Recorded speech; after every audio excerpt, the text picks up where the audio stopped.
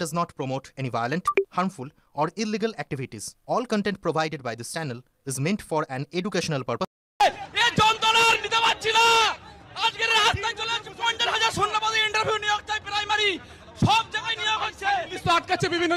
Police আটকালেও থামবে না। আন্তর্জাতিক পরিস্থিতি দেখেছেন আপনারা। নেপাল থেকে স্বজন পোষণ, দুর্নীতি আর বেকারত্ব এই রাজ্যে প্রাসঙ্গিক। মাননীয় মুখ্যমন্ত্রী এটাই বলবেন, নেপাল থেকে শিক্ষা নিন, 50,000 নিয়োগ দিন। যুব সমাজ রেখে গেলে আপনি কিন্তু রাজ্যকে আর বাঁচাতে পারবেন না। শিক্ষক নিয়োগ কাণ্ডে আবারও আলোচনায় পশ্চিমবঙ্গ।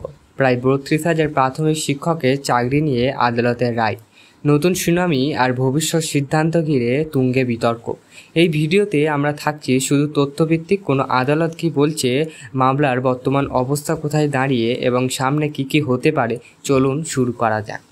2014 সালে আনুষ্ঠানিক হয়েছিল প্রাথমিক শিক্ষক নিয়োগের টেট পরীক্ষা। সেই ফলাফলের ভিত্তিতে 2016 সালে প্রায় 32,000 শিক্ষার্থী অর্থাৎ প্রার্থীকে শিক্ষক হিসেবে নিয়োগ করা হয়। অভিযোগ ওঠে অনেক প্রার্থী নিয়োগের সময় যথাযথ প্রশিক্ষিত ছিলেন না এবং নিয়োগ প্রক্রিয়ায় সাক্ষাৎকারে বা অ্যাক্টিভিটি টেস্ট নেওয়া হয়নি। এখন থেকেই মামলার সূত্রপাত। 2023 সালের মে মাসে কলকাতা হাইকোর্টের বিচারপতি অভিজিৎ গঙ্গোপাধ্যায় একটি ঐতিহাসিক রায় দেন। সেই রায়ে প্রায় 32,000 নিয়োগ বাতিলের নির্দেশ দেওয়া হয়।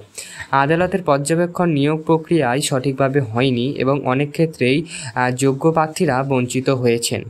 এই রায়ের বিরুদ্ধে রাজ্য সরকার আপিল করেন বিভাগের বেঞ্চকে। আপিলের পর সেই আদেশ কার্যকর হওয়া বন্ধ রাখা হয়, অর্থাৎ চাকরি বাতিলের নির্দেশ আপাতত স্থগিত রয়েছে। পরবর্তীতে মামলাটি সুপ্রিম কোর্টেও গিয়েছে। সুপ্রিম কোর্ট স্পষ্ট করে বলছে চাকরি বাতিলের নির্দেশ কার্যকর হবে না, তবে নতুন কোনো নিয়োগও হবে না যতক্ষণ না মামলার পূর্ণাঙ্গ নিষ্পত্তি হচ্ছে। বর্তমানে মামলাটি শুনানি পর্যায়ে আছে ক্যালকাটা হাইকোর্ট বিভাগের বেঞ্চে।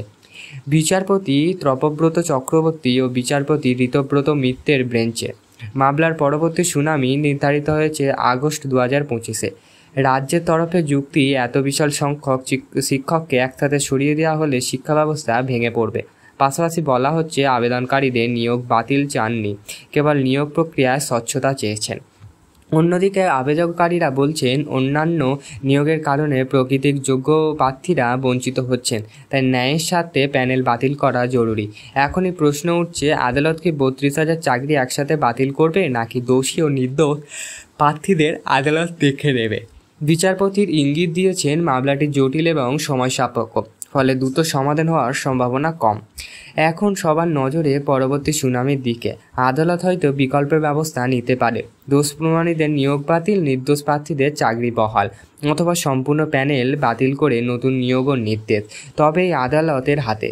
রাজনৈতিক বা মিডিয়ার মহলে নানা জল্পনা থাকলেও অফিসিয়াল কোনো ঘোষণা এখনও আসেনি। সংরক্ষণে বলা যায় 32,000 প্রাথমিক শিক্ষক নিয়োগ মামলার ভবিষ্যতে কখনো আদালতের মতনই আমরা কোনো রকম অনুমান নয়, কেবল নিশ্চিন্ত তথ্য আপনাদের সামনে তুলে ধরলাম। পরবর্তী শুনানি থেকে যখন নতুন তথ্য আসবে আমরা আপনাদের জানাবো। আপনি যদি চান আমাদের চ্যানেলটি আপডেট পেতে চ্যানেলটিকে সাবস্ক্রাইব করুন, ভিডিওটি শেয়ার করুন, কারণ এই রকম ভিডিও আমাদের নিত্য নতুন চ্যানেলে পাওয়া যাবে।